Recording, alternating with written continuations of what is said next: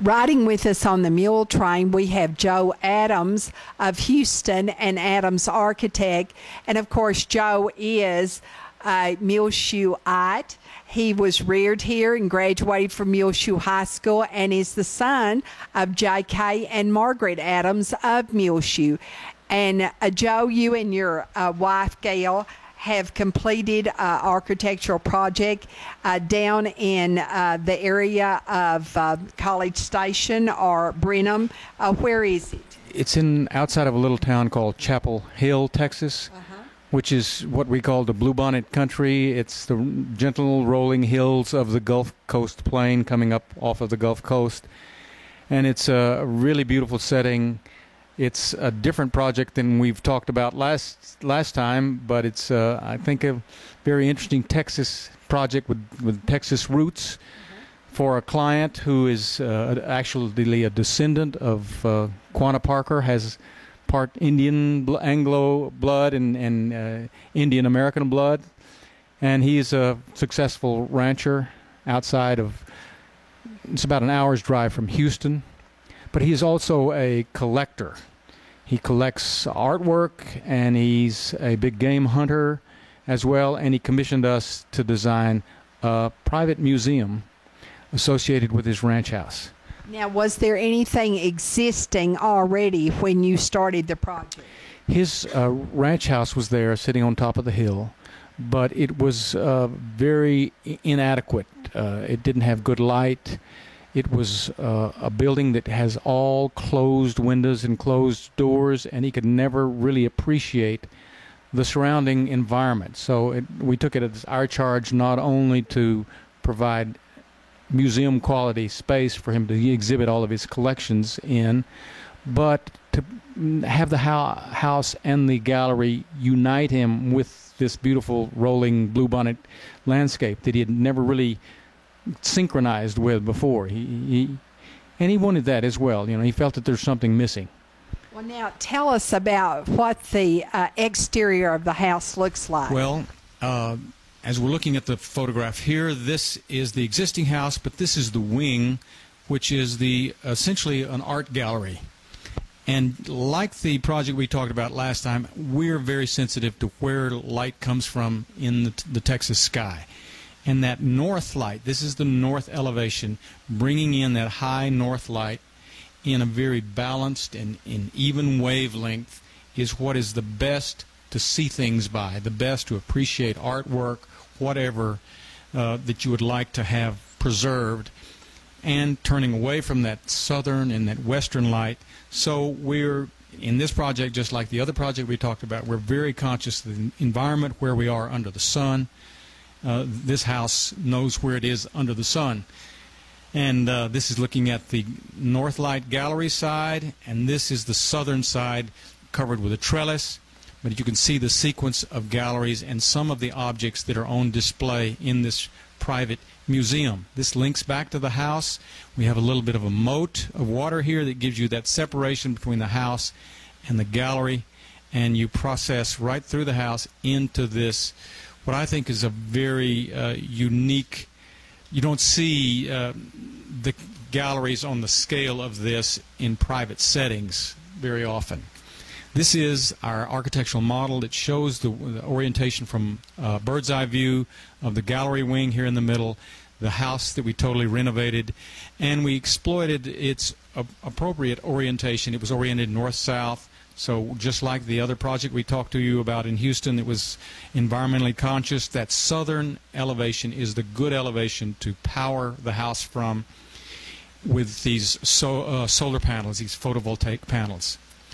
Out here at the very end of this range of galleries is this large room we call the trophy room, because it has wonderful light coming from a cupola above, a vaulted ceiling with all the structural members exposed, and of course the lots of these animal heads that he has brought back from his big game safaris in Africa. And tell me about the fireplace.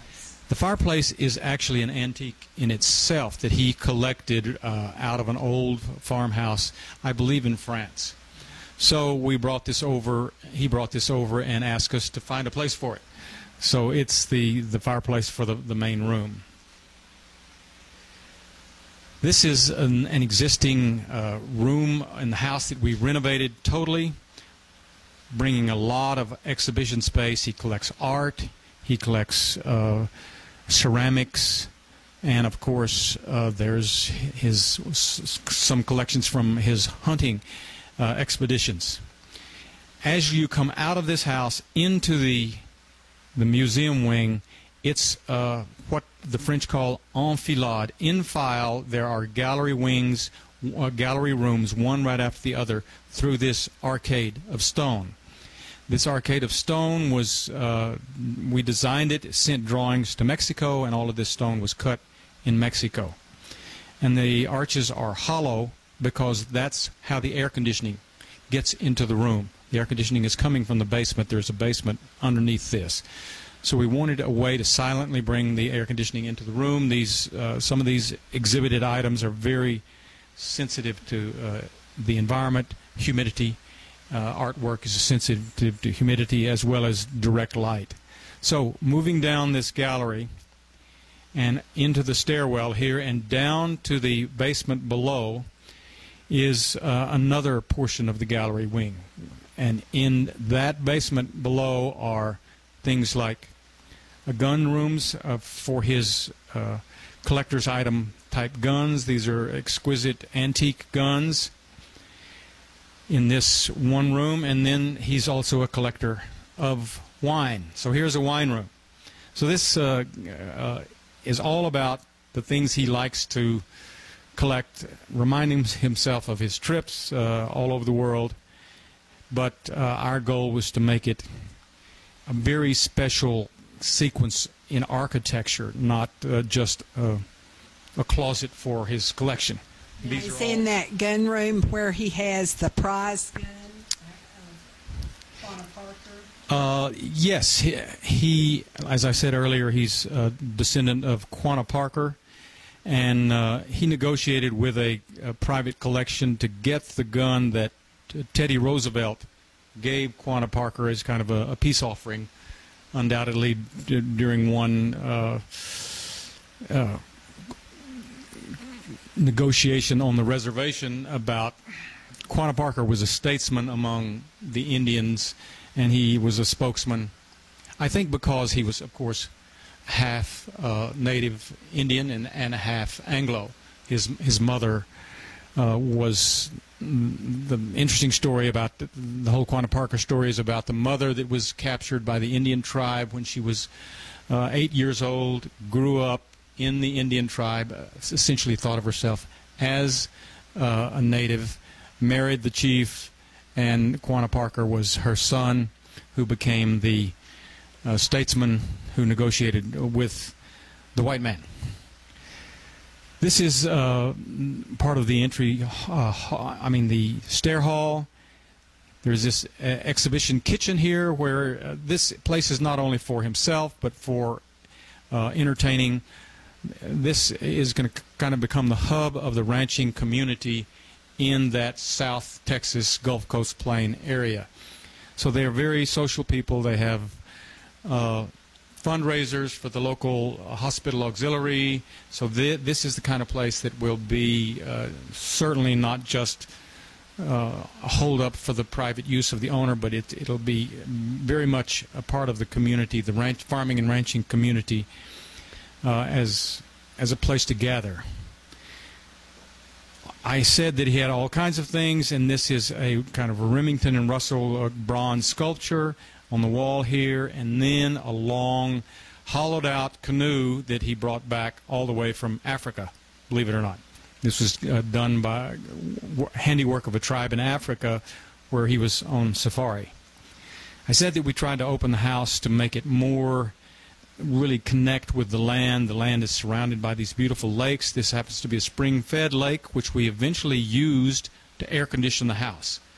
This is a technique that we showed on our other project, the geothermal, using the coolness of the earth. In this case, we use the constant coolness of this lake, which is spring-fed, and that, instead of an air conditioning unit with Freon, that lake is cooling this probably 12,000 square foot of habitable space, including the museum. And it also is another vehicle to get the owner into the land, to get him out of the air-conditioned house into the existing. This is the culminating photograph, and the movement through the house culminates in these porches, these wraparound porches that look out onto the pasture, this rolling bluebonnet country pasture, festooned with the longhorn cattle that are part of his herd. So I really think that this one shot gives you a feeling of the spirit of the place that we were trying to accomplish. That's our goal as architects, to try to unify the owner with the spirit of the land that he's owned, whether it's in the city or in the country. We believe that each particular site has a spirit of place, which could be an Indian concept, that there is, the land is thought to have its own character. Well, it certainly does have its own character, and the house does too, and it complements the landscaping of God's nature all around it, and I just can't even imagine how magnificent it must be. I would think that the family would be very pleased. They are. In fact, after he let us be involved in the hanging of the art pieces and the hanging of the trophy heads so that they would fit nicely in the room. So he really trusted us in terms of our eye, not only building the space, but how you disposed his artifacts in the space. And he said afterwards he had never actually seen these pieces before. He knew he had them, they were in storage, but to see them in this kind of museum quality setting and in museum quality light was a revelation to him. And this ranch home, and that doesn't even hit the nail correctly. This museum and this, what is another good word for, it's not a ranch home, it's more than a ranch home showplace. Well, it's a ranch headquarters and community gallery, I think, is a good way to. I like community gallery. I like to think of it as a meeting place for the whole community. It's not in a town setting, but it's out in the heart of the land. Some people think that probably Texas is full of these kind of over-the-top projects, but I think this is a unique, one-of-a-kind project where we've been able to meld art with the countryside, with the owner's hobby of big game hunting. And there's something very native about that. Not everyone is keen about big game hunting, but to give this owner a chance to talk about his adventures as well as his inclination to buy art. And then to think that this is his residence also. It's just magnificent. And now, when did you complete this project, Joe Adams? This project has been completed less than a month. Really? So it's just now being opened. And, of course, Joe was reared in Muleshoe. He was educated here, graduated from Muleshoe High School. What year, Joe? 1966. 1966, and is the son of J.K. and Margaret Adams of Muleshoe, and he and his wife Gail Adams both were the architects out of Adams Architecture in Houston who did this project, and it is magnificent. Congratulations, Joe. Well, it's one of the largest single-family residential projects that we've ever done. But I think it's also one of the best in terms of how it responds to nature. But I have to say it's not the most exciting thing that's happened in my life. Since I last talked with you, I have become a grandfather. Oh, that's much better. Is it a son or a granddaughter? A granddaughter. Her name is Jordan Eleanor Carlson, and she's now in California. That's where my daughter and son-in-law reside. And my mother and father have become great-great-grandparents. And when was she born? Mid-July, July the 12th. Okay.